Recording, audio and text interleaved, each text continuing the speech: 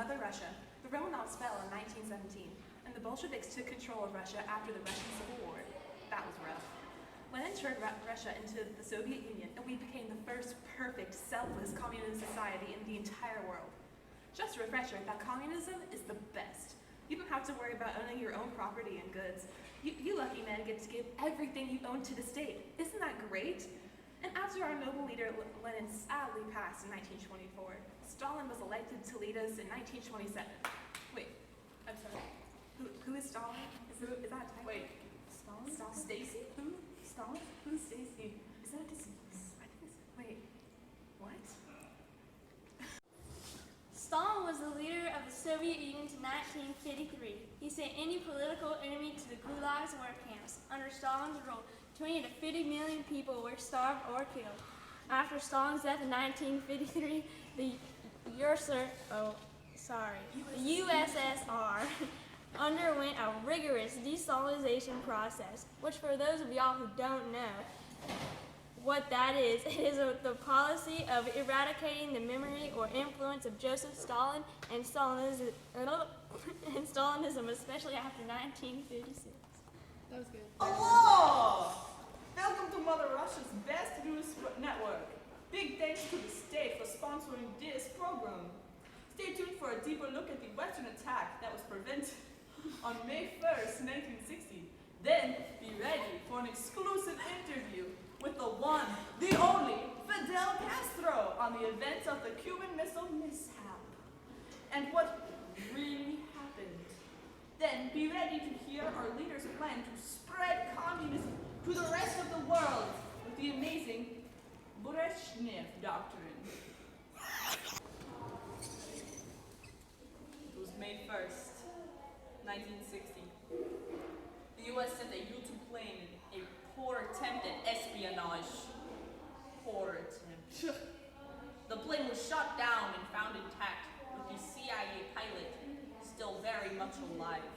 Although the capitalist states have claimed it was a weather crash.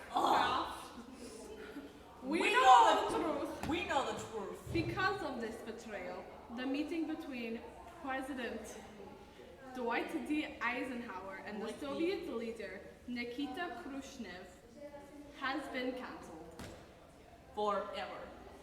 Mother Russia News is very proud to be here with a very special guest today. Big welcome to Fidel Castro, the leader of Cuba. He's here today to give us an exclusive look into the Cuban Missile Crisis. So tell us, Fidel, how did you get involved in this in the first place? It all started somewhere around 1960. Cuba was being courted by both the United States and the Soviet Union. The United States wanted to team up with Cuba for economics, and the Soviet Union wanted to keep some of their nuclear missiles in our country.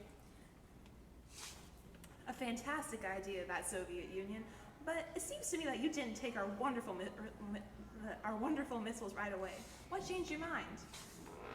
Well, those horrible Americans tried to kill me before I could turn Cuba into a communist state. That's when the USSR stepped in and gave me the nuclear missiles so that I wouldn't have a problem with those silly Americans again. And the Americans even had the nerve to put nuclear missiles in Turkey. A horrible mistake, in my opinion. Why would anyone want to hurt the best country of all time, Mother Russia? Anyway, tell us what happened after that. Well, the American President John F. Kennedy didn't seem too happy that Cuba had missiles from the USSR. So naturally, both the United States and the USSR both mobilized their troops thinking that someone was going to start a war. See, the Soviets are always one step ahead. Did anyone start a war, and how did it all end?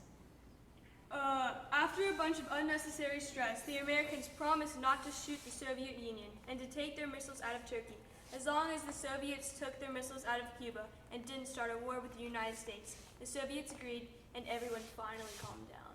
Well, that's great. It also seems like that's all the time we have. So thank you for joining us today on Mother Russia News. Hello! In recent news, our brave great leader has made a plan to spread communism to the masses. The reforms are called glasnost, which means openness, and perestroika, meaning reconstructioning. In glasnost, Mikhail Gorbachev who is the General Secretary of the Soviet Union, started his plan by losing policies that restrict our rights. With perestroika, he has decided to overhaul the whole Communist Party, particularly the top members. Gorbachev has also been giving greater freedoms to the media and different religious groups, allowing them to express their opinions without getting a firm talking to. And now for the science portion of our program. Today, we will be talking about the Soviet Union's journeys in space. It all started in 1961 when Yuri Gagarin became the first man to orbit the Earth. Our leader, Khrushchev, is very proud of the Soviet Union's Sputnik 1, which was the first artificial satellite launched in 1957. Big thanks to Sergei Korolev for designing the Sputnik. All of these efforts have set us ahead of the U.S. space race. Go Mother Russia! Thank you for watching. This brings an end to our news broadcast. Thank goodness there haven't been any public protests.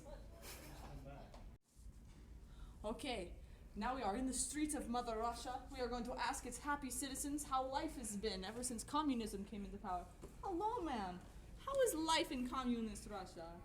Sad, depressed, lonely, starving. It's great. It's great.